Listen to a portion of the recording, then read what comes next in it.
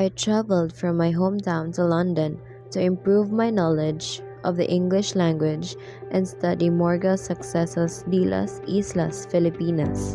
In London, my days were filled with a passionate pursuit of knowledge and a relentless defense of my people against unjust criticisms. During the journey, I had the pleasure of surprising American and European passengers with my unique demonstration of skill using the yo-yo, which is a beloved toy among Filipino children. This was a simple plaything but became an offensive weapon. I only showcased its agility and precision, leaving the foreigners amazed and intrigued. Upon my arrival at Liverpool, England on May 24, 1888, I was struck by the grandeur and beauty of this port city. I spent a single day in Liverpool, finding accommodation at the esteemed Adelphi Hotel. In a letter to my family, I described Liverpool as a vast and stunning city, with a renowned port that lived up to its great reputation. The entrance to the port was particularly striking, and I found the Custom House to be quite impressive. On May 25, 1888, a day after arriving at Liverpool, I made my way to London. Initially, I stayed as a guest at the home of Dr. Antonio Maria Regidor, a fellow exile from 1872 who was now practicing law in London. It was a brief but welcoming stay. However, by the end of May, I secured a modest boarding place at number 37 Chariot Crescent, Primrose Hill. Here, I became a boarder with the Beckett family, who warmly welcomed me into their home. I found myself in a fortunate situation as a boarder with the Beckett family. They lived in a convenient location near public parks and within easy walking distance of the British Museum, where I planned to conduct my extensive research. The Becketts, including Mr. Beckett, a respected organist at St. Paul's Church. Mrs. Beckett, their sons and daughters, among whom was the eldest named Gertrude, provided me with a welcoming and conducive environment for my stay in London. This area allowed me into important spaces to immerse myself in my scholarly pursuits and make the most of my time in the city. During my stay in London, a significant portion of my time was dedicated to the British Museum, where I delved into the pages of Antonio de Morga's Sucesos and other rare historical works focusing on the Philippines. These intense sessions of research and study allowed me to deepen my understanding of Philippine history and culture, laying the groundwork for my future writings and advocacies. I maintained regular visits to Dr. Antonio Marigidor, engaging in discussions that revolved around various issues concerning Philippine affairs.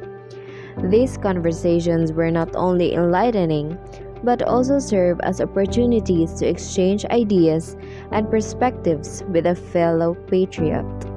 I had the privilege of meeting Dr. Reinhold Rost in London, where he, as an authority on Malayan languages and customs, was impressed by my learning and character. His recommendation to the British Museum authorities was a great honor, and his description of me as a pearl of a man deeply touched me, affirming my scholarly endeavors and contributions.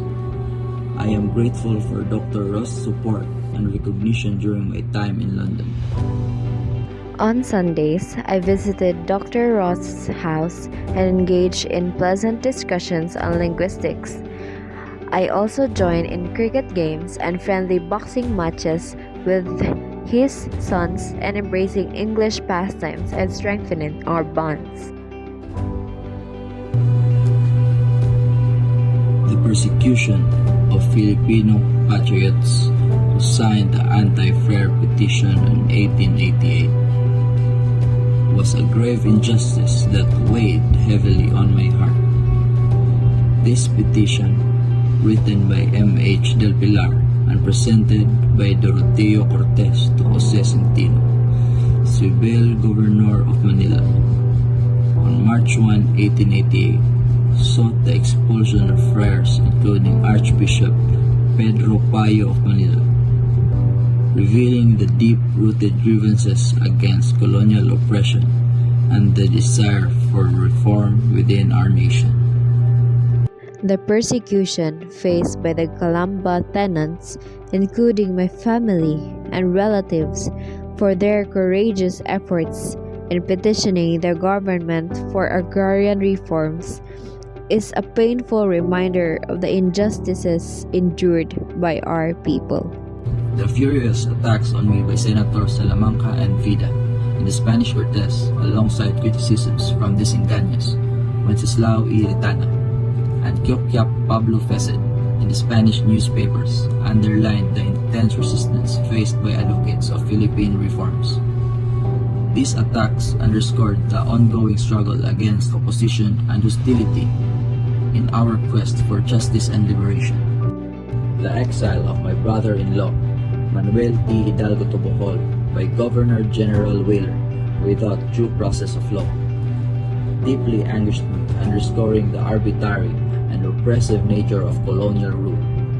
Moreover, the arrest and imprisonment of my dear friend Laureano Viado, solely because copies of Nollis were found in his house, served as a stark reminder of the risk faced by those associated with advocating for change and enlightenment of our society. The news of Reverend Vicente Garcia's defense of the Noli against the friars' attacks, conveyed to me by Mariano Ponce, brought immense joy and gratitude. I was deeply moved and inspired by Father Garcia's courageous stand as a reverend Filipino canon of the Manila Cathedral. The annotation of Morga's work, Sucesos de las Islas Filipinas, originally published in Mexico in 1609, was undoubtedly my greatest achievement during my time in London. I spent several days poring over the pages of this historical treasure and carefully reading other old histories of the Philippines, written by Father Quirino, Father Colin, Father Argensola, Father Plasencia, and others at the reading room of the British Museum. I regarded Dr. Morga's book as a pinnacle of historical knowledge and accuracy among all the documented histories of the early Spanish rule. Rizal sent a letter to Dominique saying, "Morga's work is an excellent book. It can be said that Morga is a modern scholarly explorer. He does not have the superficiality and exaggeration which are found among Spaniards today. He writes very simply, but one has to read between the lines." For about 10 months, I was deeply engrossed in my historical studies in London. Meanwhile, my compatriots in Spain were fervently advocating for Philippine reforms. During this period, Mariana Ponce, whom I had not yet met and who resided in Barcelona, urged me to edit a newspaper defending Filipino interests against the malicious attacks of our Spanish critics.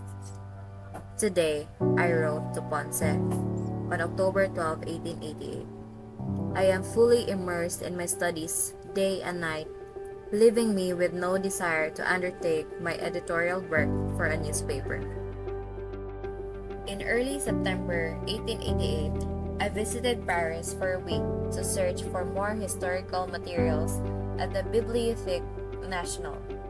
During my stay, Juan Luna and his wife Paz Pardo de Tavera hosted me in the lively French metropolis and proudly introduced me to their young son, Andres, before I returned to London.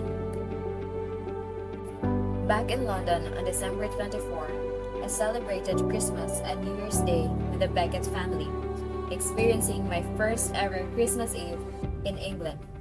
That night, I wrote to Blumentritt, sharing my holiday experiences and thoughts. It is now Noche Buena. It is the day I like best to celebrate. It reminds me of the many good days not only of my infancy, but also of history. Whether or not Christ was born exactly on this day, but exact chronology is immaterial to see the joy of this night. I a great genius was born who preached truth and love.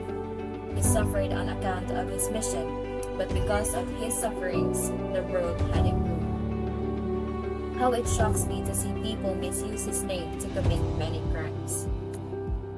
My landlady, Mrs. Beckett, presented me with a Christmas gift that truly delighted me.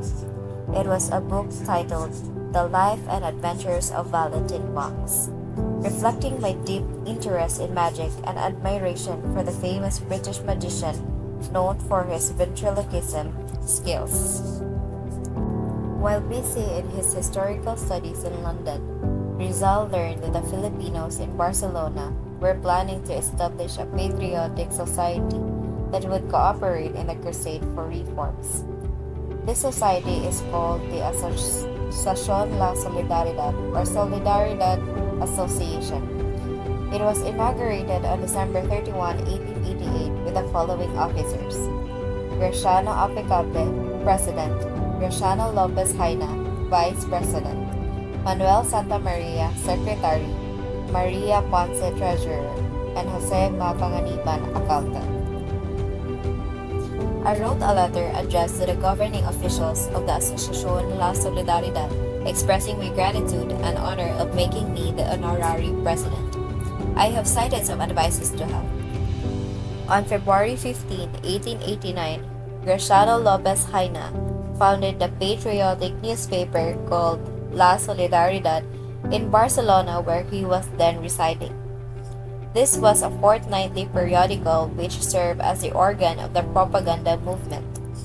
It aims to work peacefully for political and social reforms, portray the deplorable conditions of the Philippines so that Spain may remedy them, oppose the evil forces of reaction and medievalism, advocate liberal ideas and progress, and lastly, to champion the legitimate aspirations of the Filipino people to life, democracy, and happiness. After 2 days since La Solidaridad was out, Marcelo del Pilar wrote a letter to Rizal. At last, our little newspaper was born. It is democratic in its opinion, but very much more in the organization of its staff. One should see how Editor Graciano writes, corrects, directs the printing, distributes the copies, and even takes them to the mail.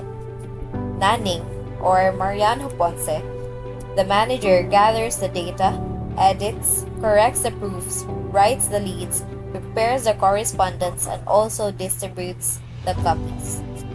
I am the only idler, though the newspaper had me preoccupied during the period of its conception and birth, for which reason I am behind in my correspondence with you. In London, Rizal wrote the famous Letter to the Young Women of Malolos. He penned it upon the request of Marcelo del Pilar to praise the young ladies of Malolos for their courage to establish a school where they could learn Spanish despite the opposition of Father Felipe Garcia, the Spanish parish priest of Malolos. The main points of this letter are: a Filipino mother should teach her children love of God, fatherland, and mankind. The Filipino mother should be glad, like the Spartan mother, to offer her sons in the defense of the fatherland. A Filipino woman should know how to preserve her dignity and honor. A Filipino woman should educate herself aside from retaining her good racial virtues. And faith is not merely reciting long prayers and wearing religious pictures, but rather it is living the real Christian way with good morals and good manners. Rizal, being a man of normal emotions, found exhilarating joy in Gertrude's company. Their friendship drifted towards romance. Rizal affectionately called her Getty. In reciprocation, she fondly called him Betty.